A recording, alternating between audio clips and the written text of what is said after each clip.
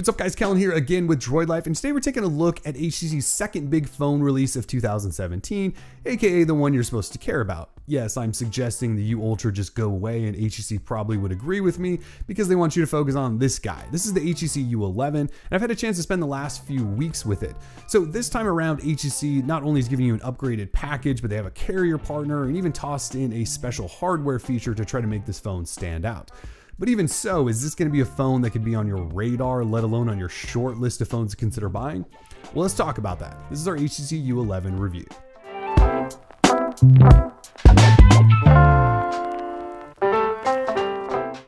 Again, the U11 is the second major phone from HTC this year, following the U Ultra. If you haven't, be sure to check out our U Ultra review just below that like button. As for the U11, it's got all the proper 2017 specs like a Snapdragon 835 processor, Quad HD display, 64 gig storage with SD slot, lots of RAM, a decent sized 3000 mAh battery, proper water resistance, and a high-end 12 megapixel camera. You've also got HTC boom sound and really good external speakers, USB Type-C port with fast charging, and this new squeezy side thing called Edge Sense that allows you to complete tasks or open apps with some hand pressure. I'd argue that the U11 isn't missing much, if anything, when compared to phones like the Galaxy S8 or LG G6. HTC really tried to go all out here and pretty much did. In the box, HTC is giving you the goods. Of course, your shiny new phone is in there, but you also get a plastic clear case, Type-C to 3.5mm headphone adapter since there is no headphone jack, cleaning cloth that you'll use 100 times per day, quick charger, and these really nice Sonic Type-C earbuds. Now I know this may come as a surprise to many of you, but the U11 is actually a pretty good phone. I'd even go as far as calling it a really good phone because of the combination of the specs, experience, and price point. It is a bit of a mixed bag though. There are a whole bunch of things to get excited about, along with a bunch of little questionable details that make a difference in 2017 since everyone is nailing the basics at this point. For one, the backside of this phone is really pretty when clean. Keeping it clean isn't easy, but should you've got silver, black, and blue models, this being the blue. HTC has finished the phone with this liquid metallic exterior that does allow the U11 to stand out in a crowd. Depending on the angle, it's almost like it changes colors sometimes. It's very cool. Unfortunately, the overall design can't keep up with that pretty backside. The front side of the phone is a big slab of glass with curved edges, but it features huge bottom and top bezels in a time where everyone else seems to be ditching them. HTC also continues to stick those obnoxious capacitive touch buttons on the front, and because they love irritating me further with them, refuses to center them in the bottom chin, making them frustrating to touch. Call that nitpicky, but these are the things that differentiate phones right now.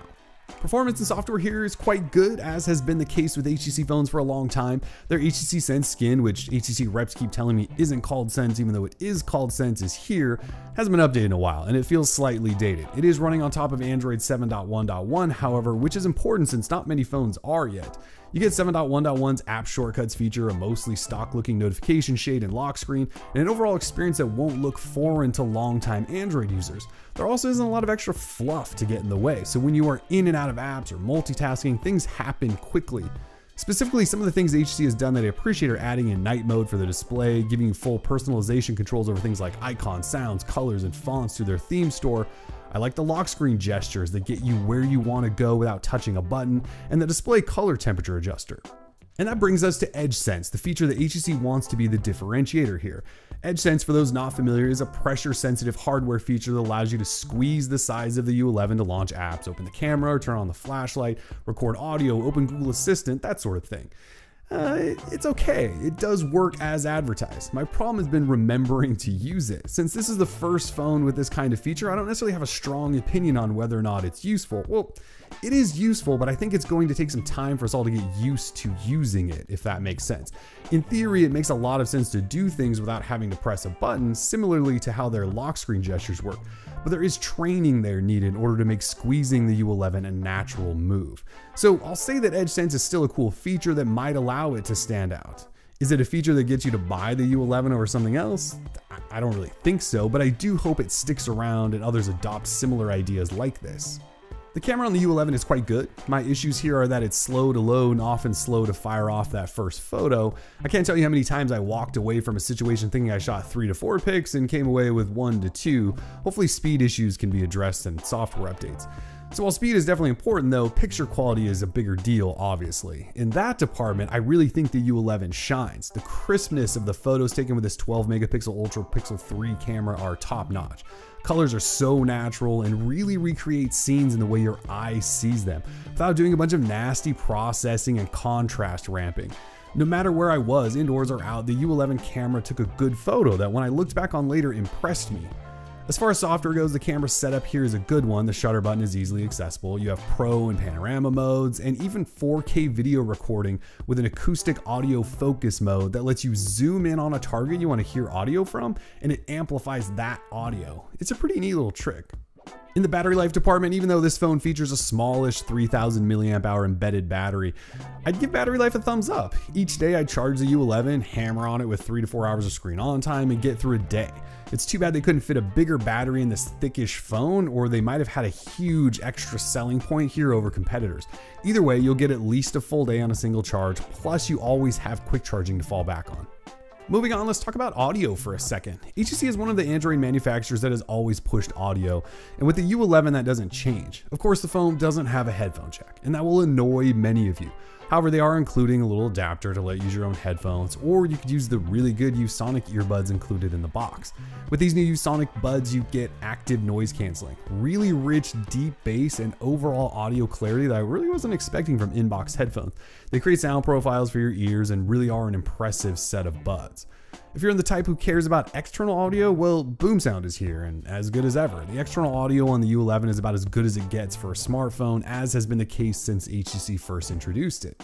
So what else is there to talk about with the U11? Well, even though there's a lack of carrier partners, I would point out that the HTC version and Amazon sold version, which is unlocked, does work on AT&T, T-Mobile, and Verizon. So in reality, it is kind of available to everyone. At $650, it's not the cheapest phone. It's going to be a tough sell with the OnePlus 5 around the corner, since that phone will likely match the U11 spec for spec, yet dropping at a lower price. But the U11 still is $100 cheaper than the Galaxy S8 and on par with the LG G6. I feel like I should point out that the phone does feel somewhat wide in hand, but it's not overly large even with a 5.5-inch display. The width is probably noticeable to me after coming from the Pixel and Galaxy S8, two thinner phones. By no means is the U11 uncomfortable to use. And again, the IP67 water resistance here is nice to have as well. The fingerprint reader is one of the quickest I've ever used and rarely misfires, and the experience from inbox to out is really pretty great. So should you buy the HTC U11? Honestly, that's a pretty tough question to answer. For me personally, there's one thing I can't get over, and that's the design. The overall design here just feels like it's about a year behind everyone else, but for you that may not matter. So I'll say this, the HTC U11 is a phone that's not going to disappoint anyone who owns it. It does all the big things right, like it takes good pictures, it performs flawlessly, it has battery that lasts a day, and it's really pretty when it's clean. So if anything, this phone puts HTC back into consideration, which is a place they haven't necessarily been in for quite some time.